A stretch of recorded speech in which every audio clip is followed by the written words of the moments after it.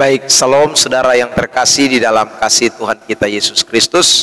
Senang sekali malam hari ini kita bisa kembali jumpa di dalam grup kita, grup khotbah Pendeta Ebenezer Plaimo, untuk kita sama-sama boleh mendengarkan bagian daripada firman Tuhan yang tentunya akan memberkati kita semua. Saya ingin menyapa saudara semua yang mungkin sedang beristirahat malam, ya, sudah menyelesaikan pekerjaan aktivitas sepanjang hari ini, capek-capek di kantor, capek-capek di mungkin tempat-tempat kerja wira swasta yang lain, dan malam ini sebelum saudara beristirahat, saudara yang diberkati, saya ingin menyapa setiap saudara dengan berbagi berkat firman Tuhan yang tentunya akan memberkati kita sekalian yang mengikuti live streaming pada malam hari ini. Bagi saudara sekalian yang sudah bergabung, boleh ikut membagikan, ya, dengan share kepada teman-teman saudara atau kepada rekan di grup yang lain, sehingga khotbah ini pun dapat menjadi berkat buat saudara sekalian yang lain yang akan mengikuti khotbah saya juga di channel YouTube. Ya, khotbah ini juga akan ditayangkan di channel YouTube. Saya boleh meminta kepada saudara juga untuk dapat membagikannya atau men-sharekannya, sehingga itu juga dapat menjadi berkat bagi banyak orang. Baik Bapak Ibu Saudara, kita akan mendahului dengan doa pada malam hari ini sebelum kita akan membaca bagian firman Tuhan yang akan kita bahas pada kesempatan ini. Mari tundukkan kepala saudara dan kita sama-sama berdoa untuk menikmati firman Tuhan. Bapa di sorga, kami bersyukur buat kesempatan hari ini, karena Tuhan sudah menyertai memberkati kami sekalian dengan kesehatan, dengan kekuatan, dengan berkat, untuk kami dapat melakukan segala sesuatu di sepanjang hari yang sudah kami lewati. Malam ini Tuhan, kami akan dengarkan firman-Mu. Berkenan Tuhan bicara buat kami, nyatakan pesan-pesan sorgawi buat kami lewat pembacaan firman yang sebentar kami dengar. Beri kami telinga yang peka, beri kami pikiran yang cerdas, untuk kami dapat memahami setiap pesan-pesan Tuhan yang disampaikan malam ini. Terima kasih Tuhan, jam pemberitaan ini kami taruh sepenuhnya, biarlah boleh memberkati kami semua. Di dalam nama Tuhan Yesus Kristus kami sudah berdoa, amin. Baik, saudara yang diberkati Tuhan, pembacaan pada malam hari ini terambil dari kitab Markus pasal yang kedua, ayat yang ke-13 sampai dengan ayat yang ke-17. Markus pasal 2 ayat yang ke-13 sampai dengan ayat yang ke-17. Perhatikan, saya bacakan bagian firman Tuhan ini. Sesudah itu Yesus pergi lagi ke pantai danau, dan seluruh orang banyak datang kepadanya, lalu ia mengajar mereka. Kemudian ketika ia berjalan lewat di situ, ia melihat Lewi anak Alfeus duduk di rumah cukai. Lalu ia berkata kepadanya, ikutlah aku. Maka berdirilah Lewi lalu mengikuti dia. Kemudian ketika Yesus makan di rumah orang itu, banyak pemungut cukai dan orang berdosa makan bersama-sama dengan dia dan murid-muridnya, sebab banyak orang yang mengikuti dia. Pada waktu ahli-ahli Taurat dari golongan Farisi melihat bahwa ia makan dengan pemungut cukai dan orang berdosa itu, berkatalah mereka kepada murid-muridnya, mengapa ia makan bersama-sama dengan pemungut cukai dan orang berdosa? Yesus mendengarnya dan berkata kepada mereka, bukan orang sehat yang memerlukan tabib, tetapi orang sakit. Aku datang bukan untuk memanggil orang benar, melainkan orang berdosa. Saudara yang diberkati oleh Tuhan Yesus Kristus, dari pembacaan firman Tuhan pada malam hari ini, saya ingin memberikan tema yang saya ambil juga dari pembacaan yang baru saja kita selesai membacakan, yaitu secara khusus di ayat yang ke-17, kalimat yang mengatakan begini, bukan orang sehat yang memerlukan tabib, tetapi orang sakit. Aku datang bukan untuk memanggil orang benar, melainkan orang berdosa. tema kita pada malam hari ini adalah yang sakit membutuhkan dokter. Nah, dari ayat 17 itu ya dikatakan, bukan orang sehat yang memerlukan tabib, tetapi orang sakit. Berarti sakit itu otomatis pasti membutuhkan dokter. Nah, pertanyaannya adalah sakit apa? Sakit secara jasmani atau sakit secara rohani? Tentu pada malam hari ini saya tidak bicara soal sakit secara jasmani, tetapi sakit secara rohani, dan itu terlihat jelas di dalam ayat yang ke-17. Yesus berkata di sana, bukan untuk memanggil orang benar, melainkan orang berdosa. Jadi sakit ini identik dengan kalimat yang dijelaskan oleh Tuhan Yesus, yaitu orang berdosa. Orang yang, saudaraku, hidup di dalam kegelapan, orang yang belum menerima Kristus, orang yang, saudaraku, hidupnya masih jauh dari Tuhan. Ini adalah, saudaraku, Yesus datang untuk orang berdosa. Saudara yang diberkati Tuhan, selain itu kalimat Yesus datang untuk orang berdosa ini tentu juga berlaku buat kita semua yang, saudaraku, notabene adalah orang-orang berdosa ya. Jadi Yesus memang datang sebagai tabib, dokter, untuk menyembuhkan kita orang-orang berdosa, menyembuhkan saudara dan saya, seperti dikatakan di dalam kitab Yesaya dan juga yang dikutip oleh Rasul Petrus. Di sana dikatakan, bilur-bilurnya menyembuhkan sakitmu. Kata sakit di sana sekali lagi tidak berbicara soal sakit jasmani, tetapi sakit rohani. Sudah tentu kalau sakit rohani saja bisa disembuhkan oleh Tuhan, apalagi toh sakit jasmani terlalu mudah bagi Tuhan. Tetapi saudara, malam hari ini saya tidak akan menyinggung soal sakit jasmani, tapi saya hanya mau bicara seputaran tentang sakit secara rohani. Saudara yang diberkati oleh Tuhan Yesus Kristus, atau yang saya sebut dengan berdosa atau orang berdosa.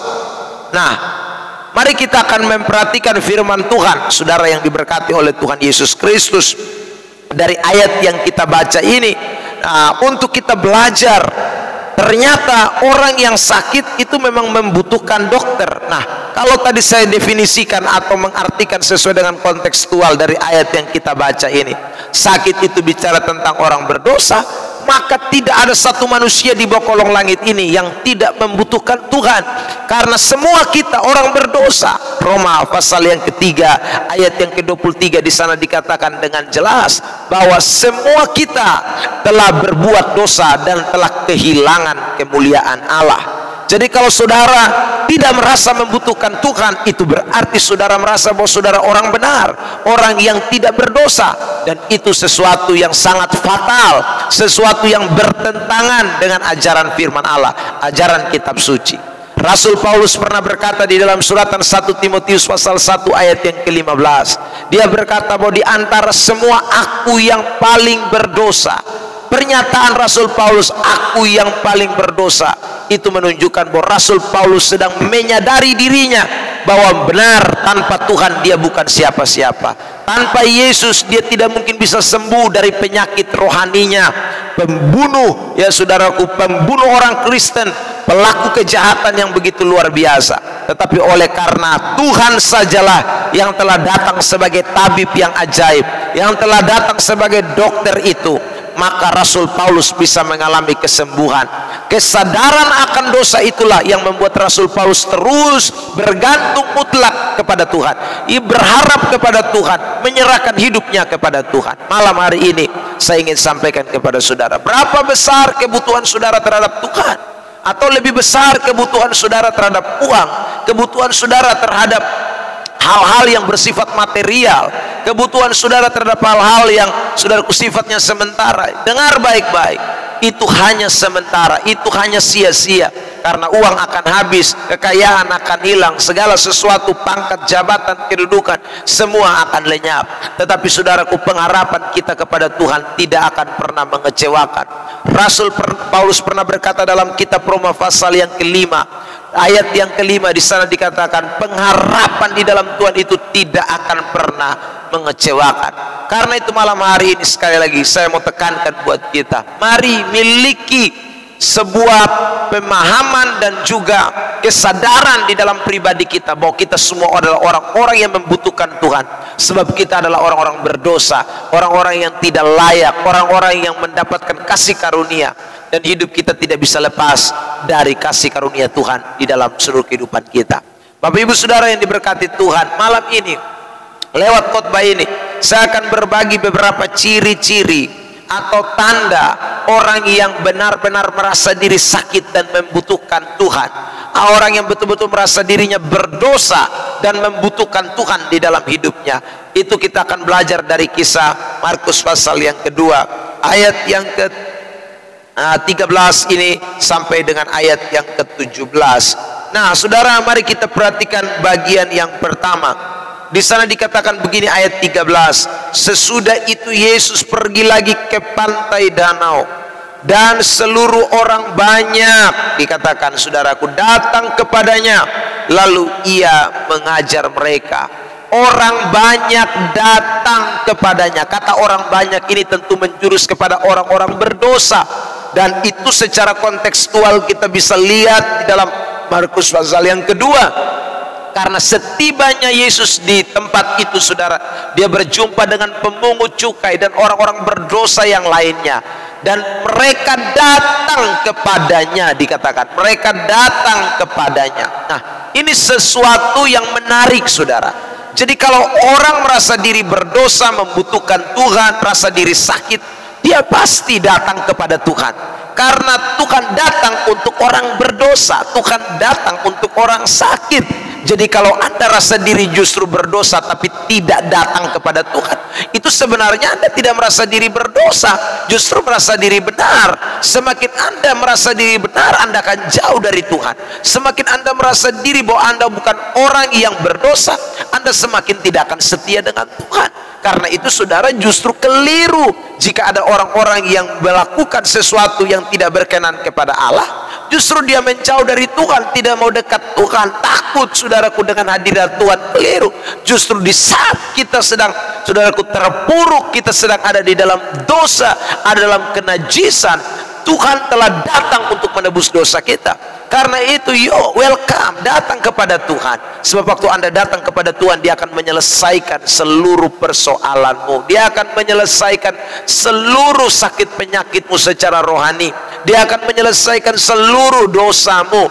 Karena itu, saudaraku, Alkitab berkata dengan jelas di dalam Injil Matius pasal yang ke-11 ayat yang ke-28, marilah kepadaku, undangan Tuhan itu jelas, semua yang letih lesu, yang berbeban berat. Kata letih lesu dan berbeban berat ini menyangkut mengenai, saudaraku, bagaimana aturan hukum Taurat itu mengikat seseorang sehingga mereka terus diperbudak oleh dosa. Tetapi Yesus Kristus datang memberikan tawaran yang spesial, memberikan tawaran yang menarik buat setiap orang yang rindu untuk, saudaraku, mengalami kesembuhan secara rohani. Karena itu, saudaraku, malam hari ini saya ajak kita semua, ayo semakin dekat dengan Tuhan, semakinlah merindukan Tuhan, semakin setia dengan Tuhan. Karena orang-orang yang demikianlah yang akan melihat, saudaraku, bagaimana dia akan mengalami ketenangan, kelegaan, dilepaskan dari keterpurukan dosa, dan dia menjadi orang-orang yang dimerdekakan, disucikan, dan tentu itu akan mendatangkan kebahagiaan tersendiri di dalam hidup saudara dan saya. Pemazmur pernah berkata, berbahagialah orang yang diampuni dosanya. Jadi kalau saudara kita datang kepada Tuhan dan kemudian dia melawat kita, dia pasti akan memberikan saudara kebahagiaan yang luar biasa, yang tidak dapat saudara bandingkan dengan kebahagiaan apapun di bawah kolong langit ini. Saudara yang diberkati Tuhan, itu hal yang pertama yang kita harus sadari, saudara. Yang kedua, mari kita perhatikan di ayat yang ke-13. Sesudah itu Yesus pergi lagi ke pantai danau, dan seluruh orang banyak datang kepadanya, lalu ia mengajar mereka. Ya, menarik, saudara. Orang yang sakit itu butuh bukan hanya didiagnosa, tetapi orang yang sakit itu butuh diberikan ajaran-ajaran.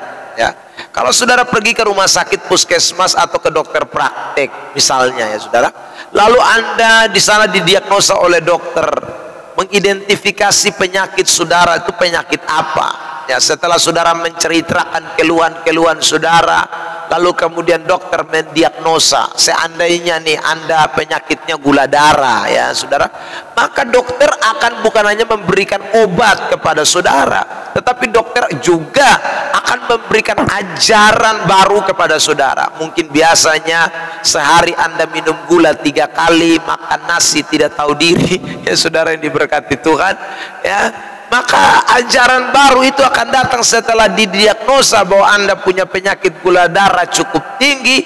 Maka saudara yang diberkati Tuhan, dokter pasti kasih ajaran, ya Pak, kalau pulang Bu, ya kalau pulang nanti selain minum obatnya ini, ingat ya, dikurangi makan nasinya, karena di dalam nasi itu mengandung gula, mengandung glukosa. Atau juga saudaraku, minumnya dikurangi ya Pak, kalau 1 hari minumnya 3 kali gula, ya coba dikurangi pakai gula yang anti diabetes dan lain sebagainya. Saudara, jadi ajaran-ajaran itu diberikan kepada orang-orang yang sakit itu secara jasmani. Nah saudara, orang-orang yang kalau sakit secara jasmani melawan dengan ajaran dokter, ya pasti tentunya tidak akan baik buat tubuhnya, dia tidak akan sembuh. Dokter bilang stop makan nasi, jangan terlalu banyak, lebih banyak makan umbi-umbian misalnya saudara, atau makan sayur-sayuran, ya stop, tidak boleh minum gula terlalu banyak, harus dikurangi, ya pakailah gula yang saudaraku untuk orang diabetes.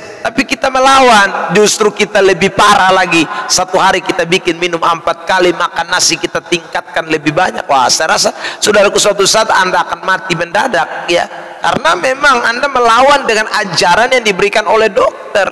Saudara yang diberkati Tuhan Yesus Kristus, dengarkan baik-baik. Secara iman kekristenan tadi saya sudah katakan bahwa kita ini orang-orang yang sakit, orang-orang yang berdosa dan membutuhkan ajaran untuk pemulihan. Ada banyak orang saudaraku mengalami sakit karena ajaran-ajaran yang salah, karena berjalan dalam kemauannya sendiri. Bukankah kitab Amsal pasal 14 ayat 12 mengatakan dengan jelas di sana, ada banyak jalan yang disangka orang lurus tetapi ujungnya menuju maut.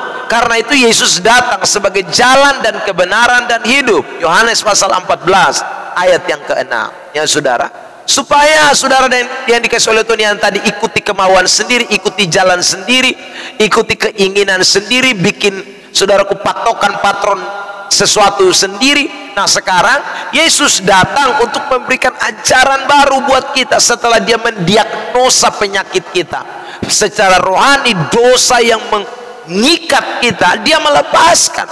Lalu kemudian saudara, dia bukan hanya sekedar memberikan kelepasan, tapi dia memberikan ajaran-ajaran kepada kita untuk kita tidak kembali lagi mengalami sakit yang lama, mengalami sesuatu yang kita pernah tinggalkan sebelumnya. Nah ini penting saudara yang diberkati Tuhan. Karena itu ingatlah baik-baik, ya. Ada banyak orang ini udah jadi Kristen, tapi ajaran yang dia pakai masih ajaran lama. Ajaran yang dia pakai bukan ajaran sang tabib ilahi ini.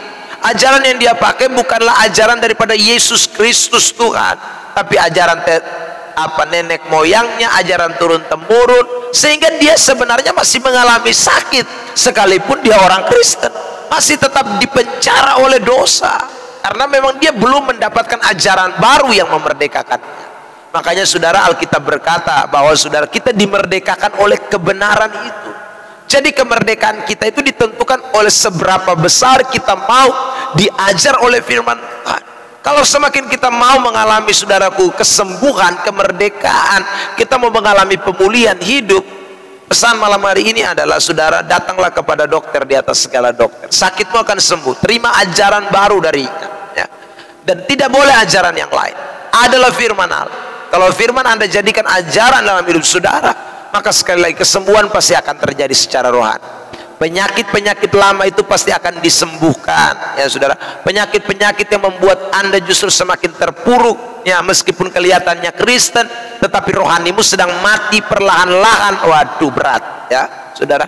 Itu akan membawa Anda kepada kebinasaan kekal. Karena itu saudara, sebelum kita mengalami kebinasaan kekal, yuk monggo dengarlah, welcome, dengarkan saudaraku apa yang ajaran firman Tuhan katakan.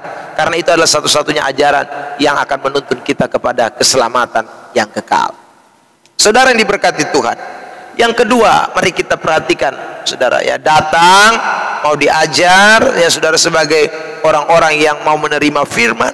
Yang ketiga, saya baca di dalam ayat 14. Perhatikan. Kemudian ketika ia berjalan lewat di situ, ia melihat Lewi anak Alfeus duduk di rumah cukai. Lalu ia berkata kepadanya, ikutlah aku. Maka berdirilah Lewi lalu mengikuti dia. Saudara, orang sakit itu harus segera mengambil keputusan, tidak bisa ditunda ya. Kalau saudara sakitnya kronis, tunda, wah matilah ya. Saudara, tidak boleh ditunda. Jadi satu penyakit itu butuh keputusan cepat, keputusan untuk mengambil tindakan ya, apa yang harus kita lakukan. Kalau sakit ya tindakannya pergi ke rumah sakit secara jasmani ya. Saudara harus cepat ke dokter, harus cepat minum obat dengan maksud supaya cepat selesai. Sebab kalau kita semakin pelihara, kita tinggalkan, sakit itu akan tambah parah. Hidup kekristenan itu pun demikian. Kalau Alkitab menggambarkan kita mengalami penyakit secara rohani ya saudara. Kalau Alkitab menggambarkan bahwa kita ini adalah orang-orang yang sakit secara rohani alias berdosa, maka dosa tidak bisa saudaraku kita biarkan. Dosa itu harus segera, butuh keputusan segera. Itu emergency saudara. Sebab kalau terlambat mati kita, binasa saudara. Maka jangan tunda-tunda. Ada banyak orang yang suka tunda-tunda untuk bertobat ya. Sudah dengar firman, sudah dengar ajaran, dia malas tahu ya. Dia tetap terus berjalan dalam kemauannya, berjalan dalam keinginannya, padahal dia sedang menuju maut. Tidak lama dia akan mati kalau dia tidak segera mengambil keputusan untuk berbalik dan mengikuti Tuhan. Jadi saya ulang saudara yang diberkati, kalau kita merasa kita memang punya penyakit, segera ambil keputusan, tidak boleh tunda. Orang berdosa harus segera ambil keputusan. Keputusan kita adalah berhidup di dalam kebenaran. Keputusan kita adalah sungguh-sungguh bertobat. Keputusan kita adalah mau lahir baru. Keputusan kita adalah tinggalkan yang lama. Keputusan kita itu keputusan kita, dan keputusan itu saya ulang harus segera.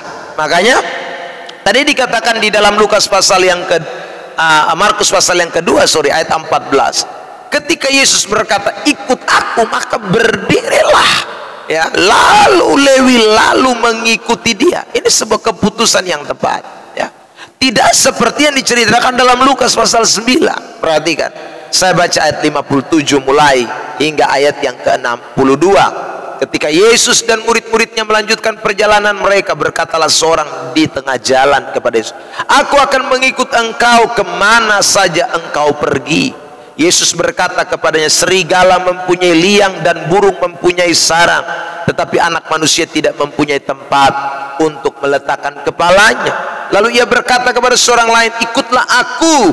Tetapi orang itu berkata, izinkanlah aku pergi dahulu menguburkan bapakku.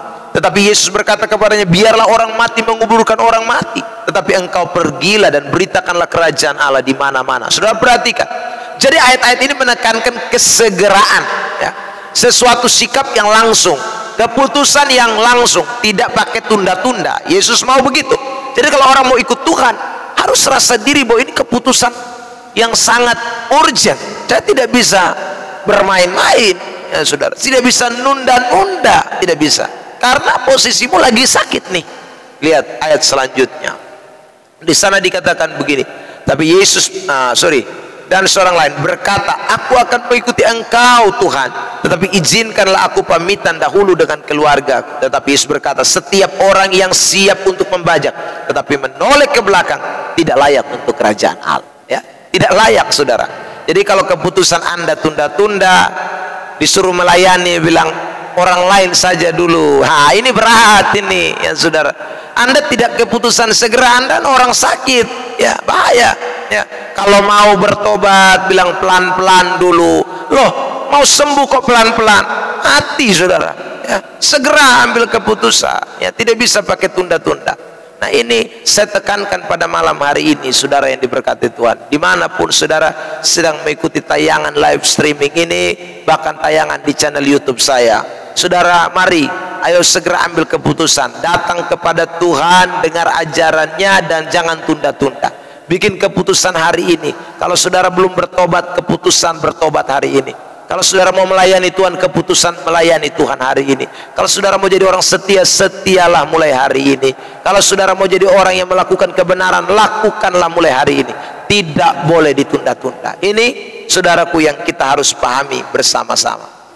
Saudara, maka yang berikut ayat 15 dan 16 di sana dikatakan, Markus 2. Kemudian ketika Yesus makan di rumah itu, banyak pemungut cukai dan orang berdosa makan bersama-sama dengan dia dan murid-muridnya, sebab banyak orang mengikuti dia. Pada waktu ahli-ahli Taurat dari golongan Farisi melihat bahwa ia makan dengan pemungut cukai dan orang berdosa itu, berkatalah mereka kepada murid-muridnya, mengapa ia makan bersama-sama dengan pemungut cukai dan orang berdosa? Saudara, ada beberapa kali diungkapkan makan, Yesus makan, Yesus makan. Nah, kata makan di sini saudaraku ini mempunyai pengertian tentang sebuah persekutuan. Karena memang di dalam makan bersama itu ada sebuah hubungan yang lebih intim, hubungan yang lebih dekat, ya. Saudara yang diberkati Tuhan, kalau Anda diajak oleh temanmu traktir makan bareng, ya toh, tidak mungkin dimakan langsung pulang, cerita-cerita banyak, duduk bersandau gurau, ya saudaraku. Dan juga ada sebuah hubungan yang lebih dekat, ya. Makanya saudaraku, Yesus memang menghendaki demikian, ya. Yesus mau ada sebuah persekutuan yang erat. Yesus tidak datang hanya sekedar panggil saudara, selamatkan saudara, mengobati saudara, memberikan ajaran baru kepada saudara, minta saudara untuk ambil keputusan segera. Tapi lebih jauh daripada itu, Yesus menghendaki agar kita hidup di dalam sebuah persekutuan yang intim dengan Tuhan, kebersamaan, saudara. Makanya diulang-ulang beberapa kali di dalam Alkitab mengenai peristiwa makan bersama. Baik waktu Yesus ada di bawah kolong langit ini melayani selama 3,5 tahun, bahkan juga ketika dia sudah terangkat ke sorga dalam penglihatan Yohanes di Pulau Patmos, Yohanes pernah melihat dan mendengarkan suara Tuhan Yesus yang berkata di dalam Wahyu pasal yang ketiga ayat 20, aku berdiri di muka pintu dan mengetok. Jika ada orang mendengarkan suaraku, meresponi dengan segera, membukakan pintu, aku akan masuk. Di sana dikatakan mendapatkan dan aku akan makan bersama-sama dengan dia. Jadi saudara, Anda jangan alergi dengan Tuhan, karena Tuhan tidak pernah alergi dengan Anda, ya saudaraku. Apapun keberadaan latar belakangmu, situasi hidupmu, Tuhan itu mau bersekutu, ya.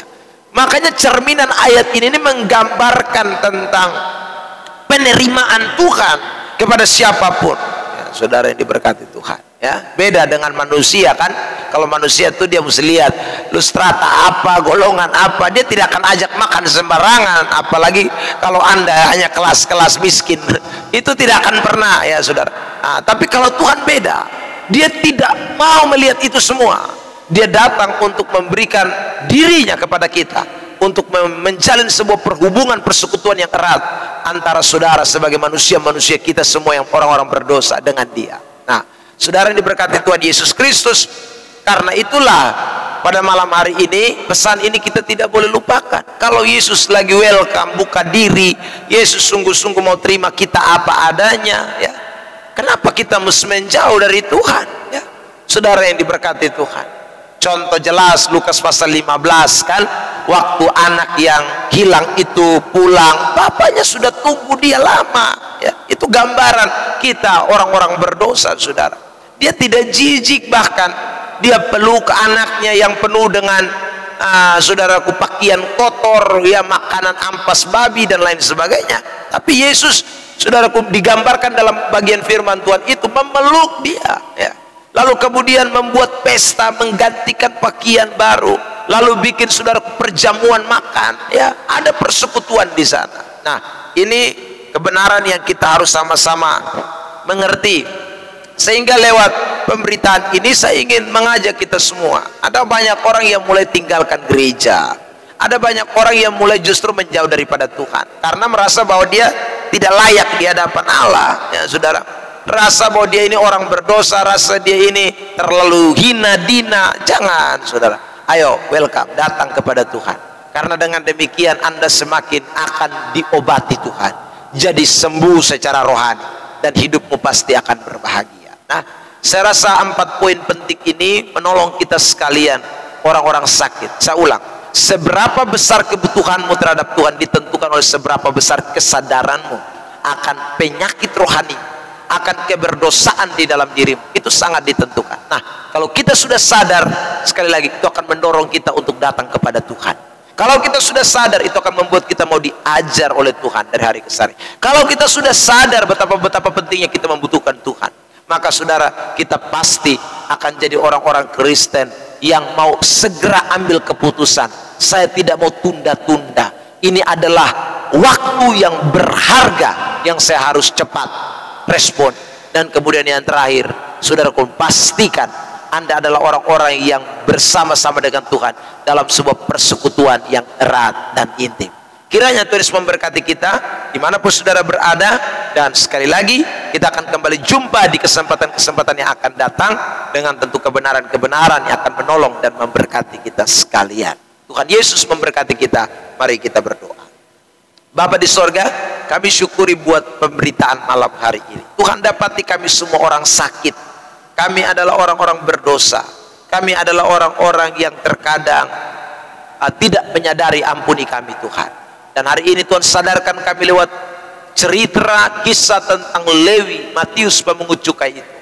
Dan Tuhan, biarlah kami semua semakin sadar, datang kepada Tuhan, dan kami boleh terus terima ajaran Tuhan, memperbaiki hal-hal yang tidak benar. Kami segera ambil keputusan untuk melakukan, dan kami percaya suatu saat kami akan ada bersama-sama dengan Tuhan. Terima kasih Bapa di sorga buat kebenaran ini. Hamba tidak kenal semua yang mengikuti live ini, baik yang ada di Facebook, bahkan juga yang ada di YouTube, bahkan juga ketika teman-teman sedang membagikan video ini, konten ini. Tuhan tolong Bapa dapat menjangkau banyak orang, sehingga banyak jiwa diselamatkan bagi kerajaan Allah. Terima kasih Tuhan Yesus, buat kasih, buat setiamu, buat firman yang sudah kami dengar ini. Dan kami percaya berkat Tuhan sudah menjadi bagian hidup kami. Dalam nama Kristus Yesus kami berdoa. Amin. Shalom. Tuhan Yesus memberkati.